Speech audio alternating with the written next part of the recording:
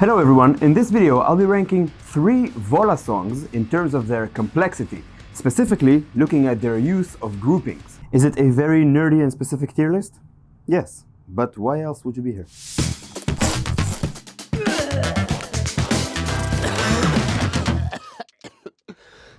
First, a quick recap about groupings. Prog metal bands use groupings very often. In very simple terms, I define groupings as musical segments, short or long, that repeat a minimum of 3, maybe 4 times, and does not fit nicely into the subdivision it's played in. So for example, taking a bar of 4/4 and dividing it into 16th notes, so 4 notes per beat, and musically dividing those 16th notes in groups of 5, for example. It's a very common practice, and a lot of my videos have something to do with that.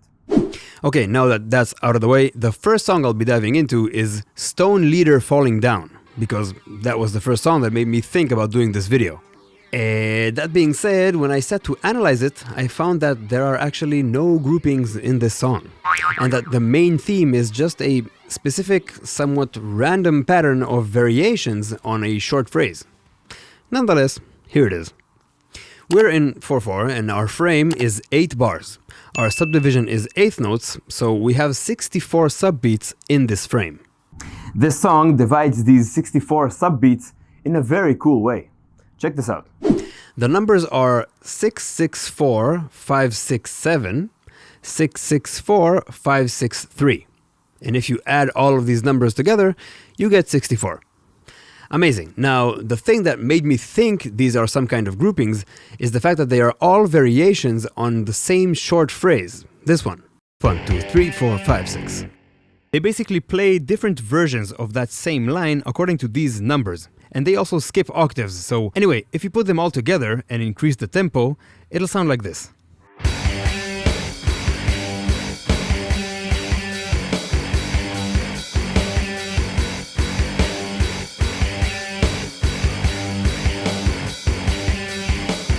One, 2, 3, 4, 5, 6. 1, 2, 3, 4, 5, 6. 1, 2, 3, 4. 1, 2, 3, 4, 5. 1, 2, 3, 4, 5, 6. 1, 2, 3, 4, 5, 6. 7. 1, 2, 3, 4, 5, 6. 1, 2, 3, 4, 5, 6. 1, 2, 3, 4. 1, 2, 3, 4, 5. 1, 2, 3, 4, 5, 6. 1, 2, 3, 1.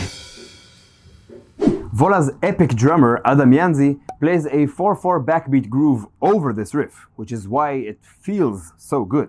He even goes to like a nasty halftime groove at the end, but I digress. Let's go back to the tier list. So I'm gonna be giving this one a good old F, because, well, it's just not a grouping. I kinda messed that one up, but it's a damn cool song. Alright, moving up to song number 2, Straight Lines. The song is also in 4/4, the subdivision is 8th notes and 16th notes, and the grouping played is 3 quarter notes long. That group looks like this.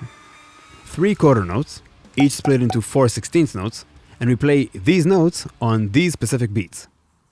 1, 2, 3, 4, 2, 2, 3, 4, 3, 2, 3, 4, 1, 2, 3, 4, 2, 2, 3, 4, 3, 2, 3, 4, 1. A quick note here. Even though we see 12 beats, I always try to reduce the group to its lowest comfortably counted form. So this 12-beat phrase can be counted as 6 if we count it in halftime, but it can also be counted as 3 if we count that in halftime. So instead of din din din da da, we can do da da da da da, or we can also do di di di di da. That's just more comfortable for me. The frame this grouping is played over is again 8 bars, so 4 quarter notes times 8 bars, we have 32 quarter notes to fill up.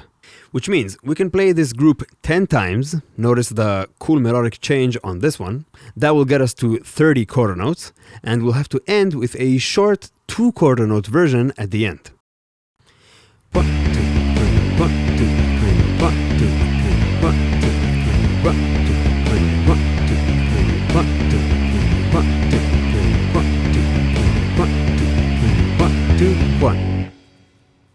During the verse, they play the same rhythmic pattern, but just staying on F sharp and muting all the notes.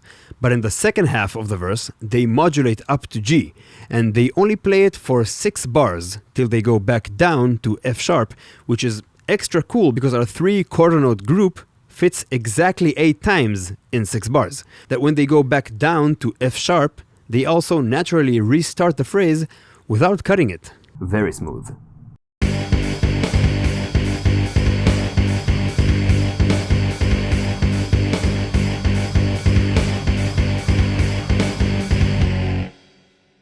Amazing, I love this.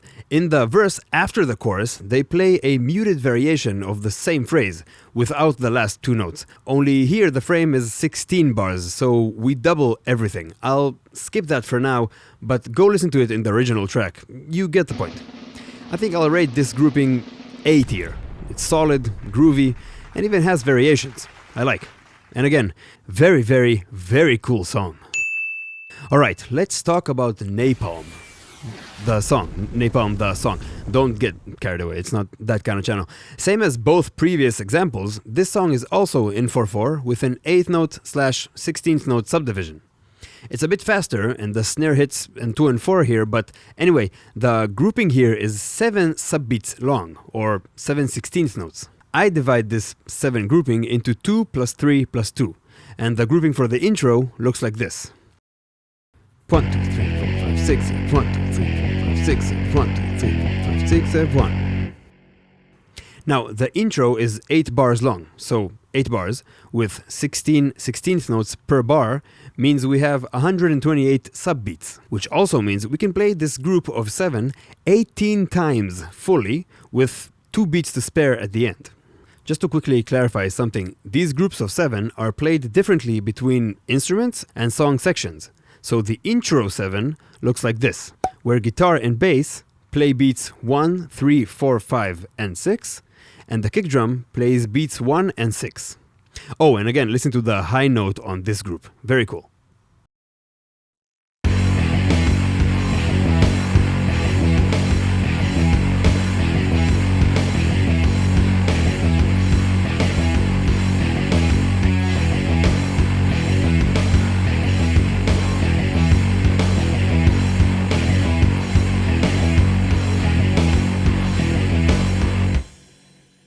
Nice. So they continue to the verse that follows the same idea with 2 extra cool things to notice. Number 1, the melodic content of the groups follow the harmony, and the harmony moves in accordance with the 4/4, which results in these weird note shifts mid-riff and sound really, really cool. But VOLA does something that I really love here, which is kind of groupings within groupings. What I mean by that is that on top of playing these 7/16 phrases over 4/4, they also group these phrases in groups of 4 and re-add that extra note, the 6th beat, every 4th repeat of that 7. Believe me, even reading this from the page was confusing. Anyway, here they all play in unison, playing beats 1, 3, 4, and 5, and every 4th group of 7, they add that 6th beat. That's what I meant. I hope that's clear.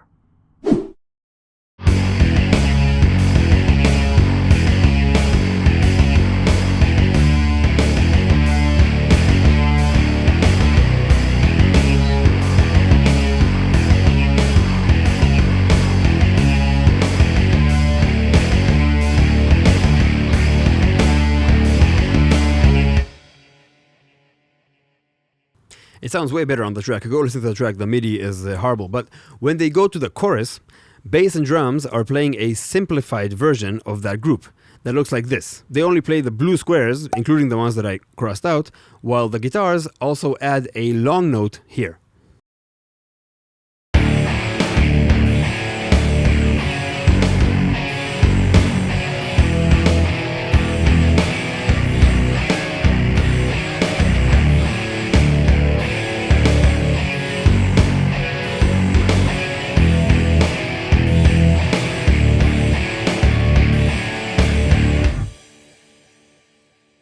When we get to verse 2, they still play that 7 pattern thing, omitting the last note, but here it's both melodically and rhythmically different. Verse 1 had that awesome open chord thing, that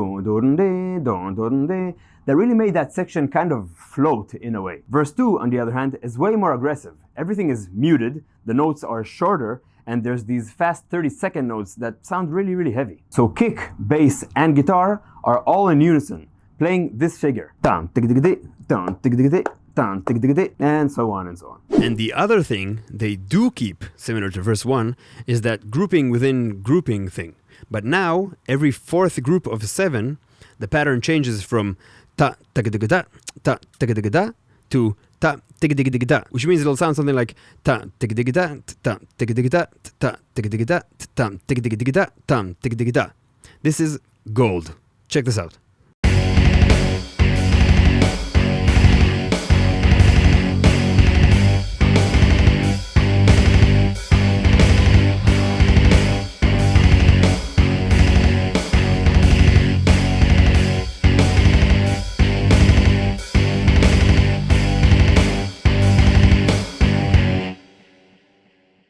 Yo guys, while editing this video, I thought of a few things. First of all, how incredible are these songs? I can't stop listening to them. It's insane. And please, go listen to the originals because my MIDI is wow. I mean, wow. But the most important thing is, if you guys get lost when you hear these riffs, you can always rely on the snare playing the backbeat. So it's always there on beat 3 or 2 and 4, depending on the tempo. But you would always hear, you will always hear that, which is partially why these songs are so groovy, but that really helps with not getting lost when you hear these kinds of riffs. Yo, I mean, this is such an epic riff. Variations on a phrase, a rhythm and harmony cross, and groupings within groupings. This is easily S tier. I've known about this band for years, but for some reason I only started listening to them in the past year or so, thanks to Ophir. Thank you, Ophir. And man, I can't stop listening to them. They are everything I like about prog. I know they just released a new album, Friend of a Phantom, but I really wanted to dig into the stuff I've been listening to first, so here it is. I also think they're coming to the US on tour, and if that's the case and they get to Boston, I'm gonna be there for sure. Well, that's it for today, folks. Go eat your vegetables. Thanks a lot for watching, and I'll see you in the future.